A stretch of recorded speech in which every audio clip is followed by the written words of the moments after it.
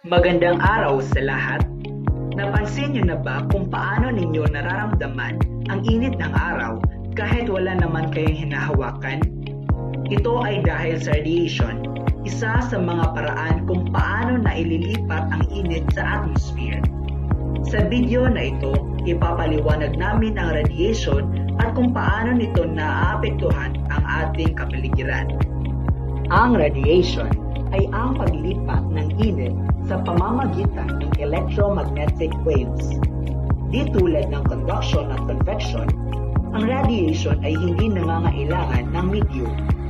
Ibig sabihin, ang init ay maaaring maglakbay kahit sa empty space.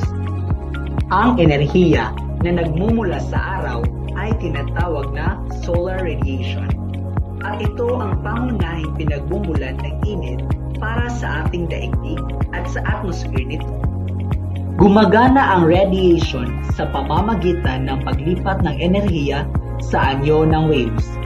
Kapag ang mga waves na ito ay umabot sa surface ng Earth, sila ay naa-absorb na nagiging sanhi upang mas mabilis gumalaw ang mga particles. Ang pagbilis ng galaw ng particles ay nangangahulugan ng pagtaas ng kinetic energy na nagre-resulta sa mas mataas na temperatura. Ang ilang bahagi ng naabsorb ng enerhiya ay kalaunang nire-emit pabalik sa atmosphere bilang init. Sa Pilipinas, ang solar radiation ay pinakamalakas tuwing tanghali. Sa panahong ito, mas direktang tumatama ang sinag ng araw sa lupa. Ang mga sementadong kalsada, paaralan at mga bubong ay umaabsorb ng madaming radiant energy. Ito ang dahilan kung bakit napakainit sa mga surface na ito kahit hindi gumagalaw ang hangin. Ang init na ito ay hindi galing sa paghawak sa araw o sa galaw ng hangin. Ito ay nagmumula lamang sa radiation. Ang mga anyong tubig tulad ng ilog, lawa at dagat ay sumisipsip din ng solar radiation. Gayunpaman, mas mabagal uminit ang tubig kaysa sa lupa dahil kaya nitong mag-impact ng mas maraming enerhiya. Ang naabsorb na radiant energy na ito ay tumutulong sa pag-regulate ng temperatura sa mga kalapit na lugar, kaya naiiwasan ang sobrang init sa araw. Sa gabi, wala nang pumapasok na solar radiation.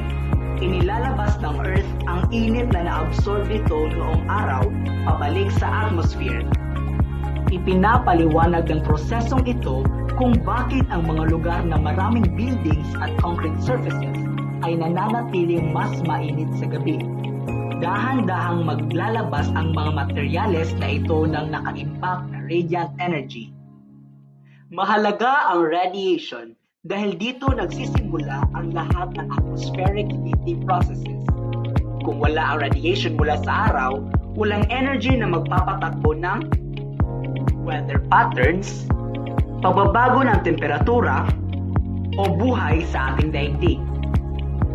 Kinokontrol ng radiation kung gaano karaming enerhiya ang pumapasok at lumalabas sa Earth system. At iyan ang lahat sa radiation. Sa susunod na marinig nyo, heat transfer through electromagnetic waves, ang sagot ay radiation.